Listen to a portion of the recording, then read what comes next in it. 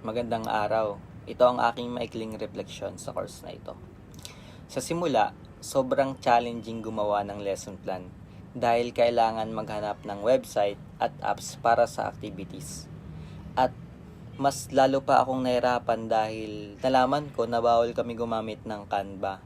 Kaya naisip ko kung paano ako magle-lesson plan dahil dito ako gumagawa ng PPT at mas sanay akong gamitin to. Noong una, para talaga ako naghahanap sa dilim. Hindi ko alam kung saan kukuha ng tamang materials, pero habang tumatagal, nakikita ko na may iba't ibang website at apps na akma pala para sa lesson plan ko.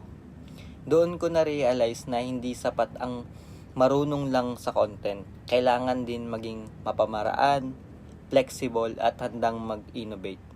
Natutunan ko rin na ang instructional materials, lalo na may kasamang technology, ay malaking tulong para maging mas engaging ang klase. Pero may mas malalim pa ako ditong natutunan na aral. Ang guro pa rin ang pinakamahalagang instructional material. Kahit gaano kaganda ang tools, kung hindi maayos ang delivery, hindi magiging epektibo ang learning sa mga bata.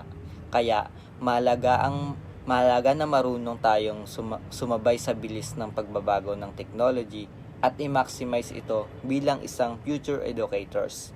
Sa huli, ang course na ito ay naghubog sa akin maging handa, malikhain at bukas sa pagbabago bilang future education ng values educator. Maraming salamat.